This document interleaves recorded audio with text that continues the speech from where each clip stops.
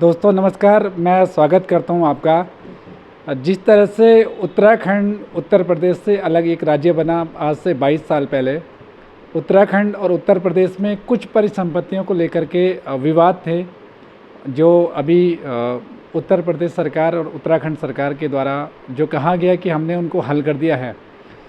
उसी संबंध में मेरे साथ में उत्तराखंड क्रांति दल, जिसने उत्तराखंड आंदोलन से लेकर के उत्तराखंड राज्य को बनाने में एक महत्वपूर्ण भूमिका अदा की। हालांकि आज ये ये जो राज्य दल है, हालांकि हादसे पे हैं, लेकिन मेरे साथ में शिवप्रसाद सेमाल जी हैं, जो केंद्रीय मीडिया प्रभारी हैं उत्तराखंड क्रांति दल के। सर, सबसे पहले स्वागत करूंगा आपका। उत्तराखंड सरकार और उत्तर प्रदेश सरकार के बीच में जो परिसंपत्ति जो बंटवारे को लेकर के अभी हरिद्वार में बैठक हुई है, और संभवतः सरकार ये कह रही कि वो बंटवारा हो चुका है। आपने कुछ सवाल उस पर उठाए हैं, क्या वो सवाल हैं? आपको क्या लगता है कि क्या वो सही नहीं हुए? ये जो बंटवारा है ये भेदभावपूर्ण है, और जिसको मत से न्याय बोलते हैं ना, जैसे दो बंदरों के झगड़े में बिल्ली जब न्याय करती है रोटी का, वो इसी तरीके का न्याय है। आप ये लगा लीजिए कि जो लेटेस्ट अभी जो हुआ है, जिसको सरकार कह रही है कि 20 साल का समझौता, हमने 20 साल का जो सवाल था, 20 साल की जो परिसंपत्तियों का विवाद था, वो हमने 20 मिनट में सॉल्व कर दिया। और इसको इसी तरीके से प्रचारित किया जा रहा है कि बहुत अच्छा है और बड़ा इसका गुणगान किया जा रहा है। लेकिन इसको देखा जाए तो ये उत्तराखंड में अलकनंदा होटल था, उस पर उत्तर प्रदेश अपना कब्जा जमा रहा था।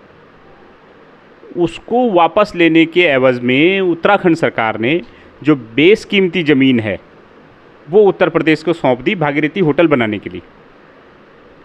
और अभी जो हालिया दौरा था योगी आदित्यनाथ जी का, उन्होंने पहले भागीरथी होटल की उद्घाटन किया, लोकार्पण किया, और उसके बाद अलकनंदा होटल की चाबी सौंपी। आप ये लगा लीजिए कि ये जो अलकनंदा होटल है ये उत्तराखंड की ज़मीन पे हरिद्वार में बना हुआ है। उसके एवज़ में आलीशान होटल जो भागीरथी होटल है, ये उत्तर प्रदेश ने बनाया उत्तराखंड की लैंड पे। तो आप ये सोचिए कि ये किस तरीके का बंटवारा है।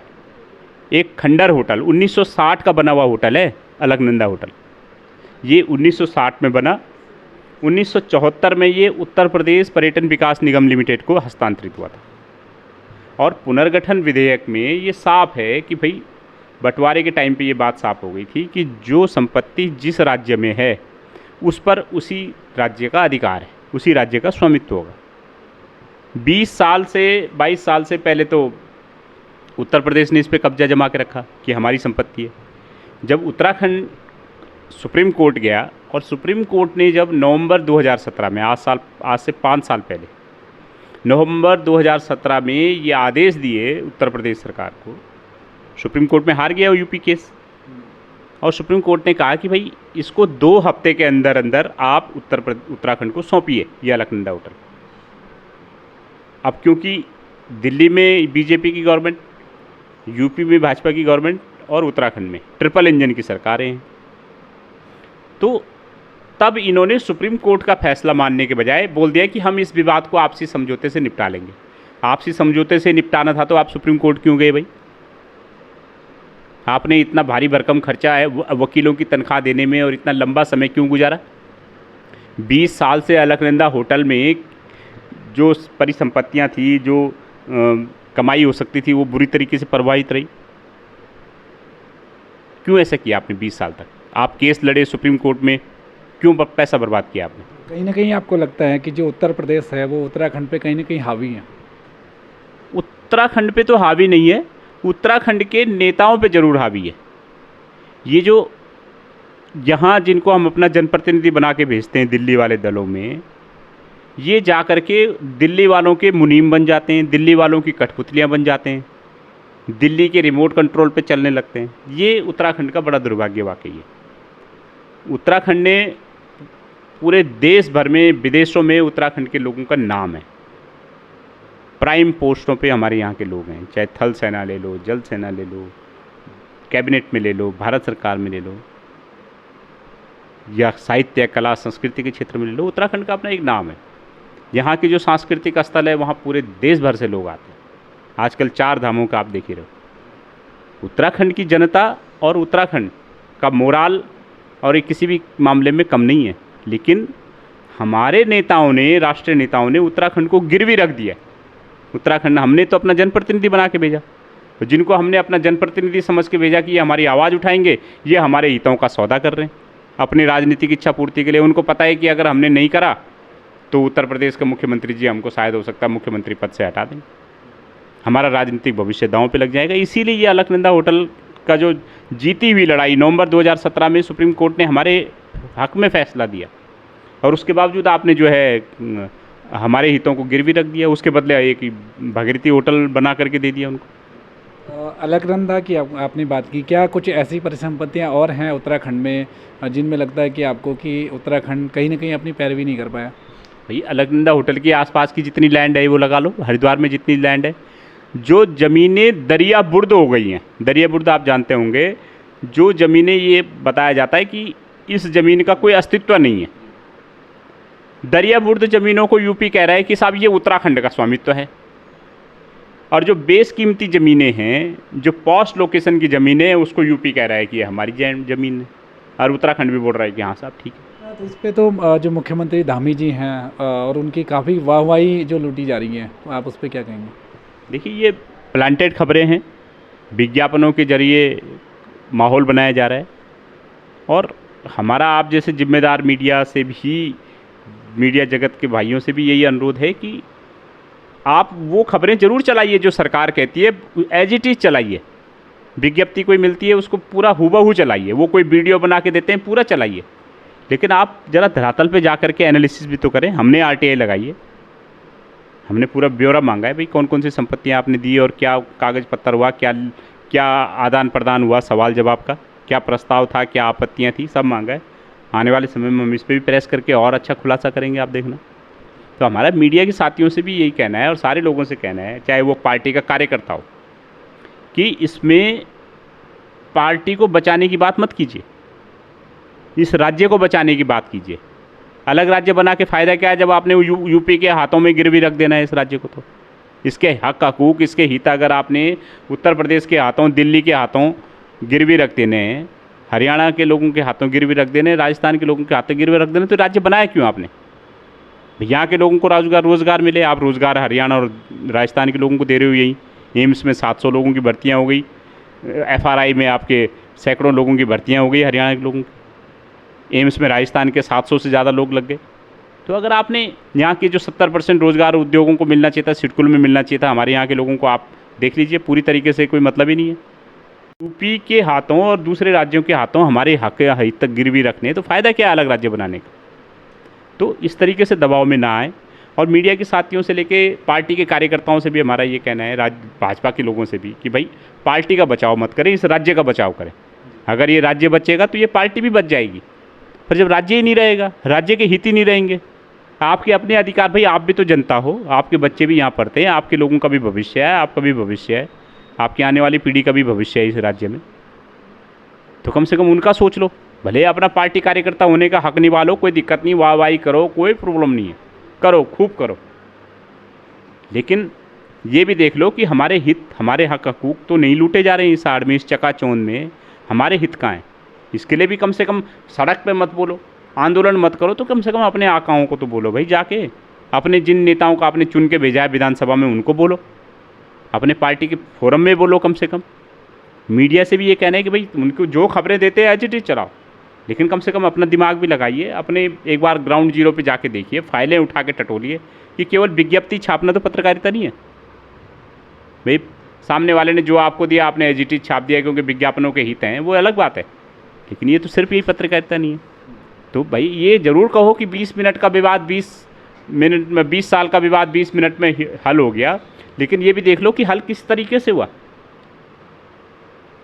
तो ये बड़ी बात है। दूसरा जो आप कह रहे हो कि और कौन सी परिसंपत्तियाँ हैं, एक सबसे बड़ा उदाहरण ये टिहरी डैम का है। टिहरी डैम वाले मुद्दे पे हम लोग अपने हक लेने के लिए सुप्रीम कोर्ट में गए हुए हैं। टिहरी डैम हमारी ज़मीन पे बना, विस्थापन हमारा हुआ, उसके जो कॉन्सिक्वेंसेस है, दुष्परिणाम है, वो हम लोग झेल रहे हैं, आसपास के लोग काला पानी भुगत रहे हैं, हमारे लोग भुगत रहे हैं। उसके इतने बड़े जलाशय के कारण आसपास जो बादल फट रहे हैं आए दिन पहाड़ों में, वो हम लोग झेल रहे हैं।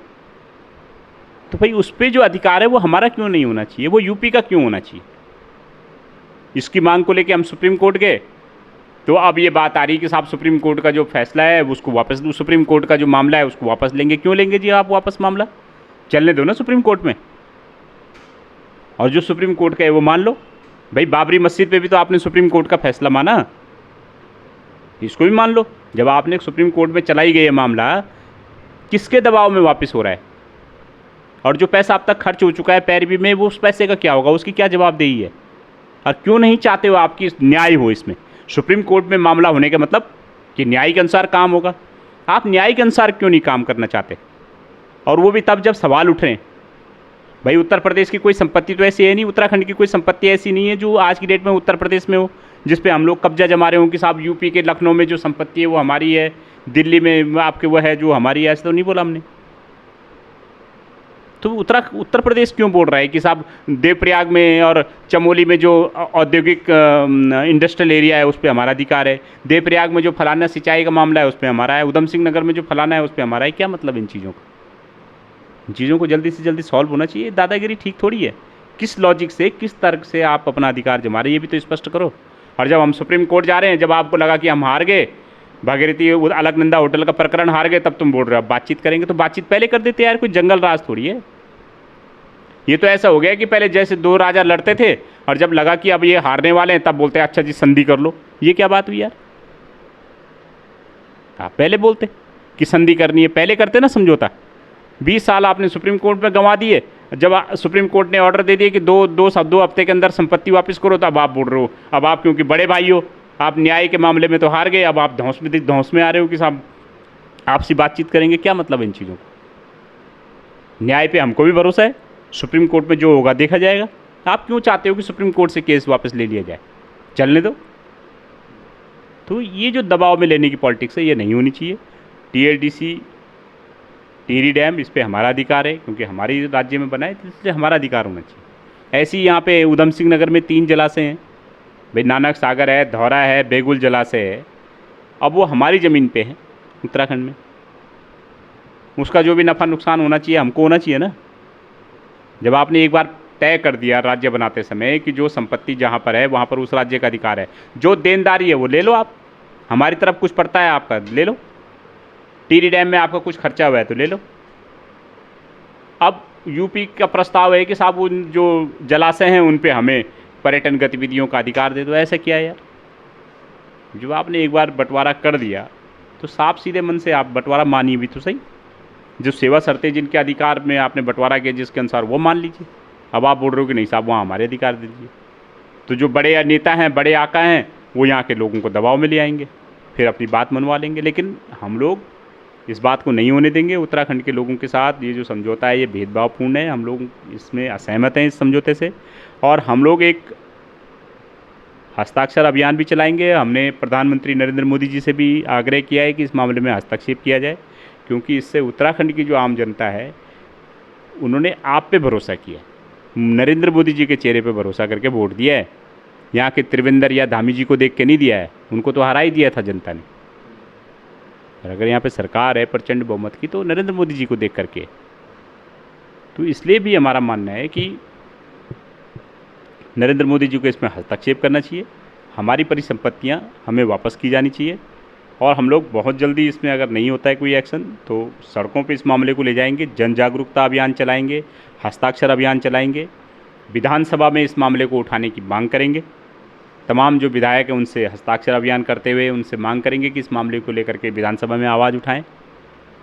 और ये जो जन जागरूकता और जन अभियान हम चलाएंगे, पब्लिक को जब ये पता चलेगा कि कितना उनके साथ छल हो रहा है तो इसका जो नुकसान होगा ये भाजपा का होगा। तो इसलिए हमारा कहना है कि अगर आप चाहते हैं कि इसका आपको नुकसान खामियाजा ना उठाना पड़े तो इस पर जितनी जल्दी हो सके इस तरीके का जो दुराग्रहपूर्ण आपका समझौता है इसको तत्काल निरस्त किया जाए और न्यायपूर्ण समझौता हो। बहुत बहुत धन्यवाद सर।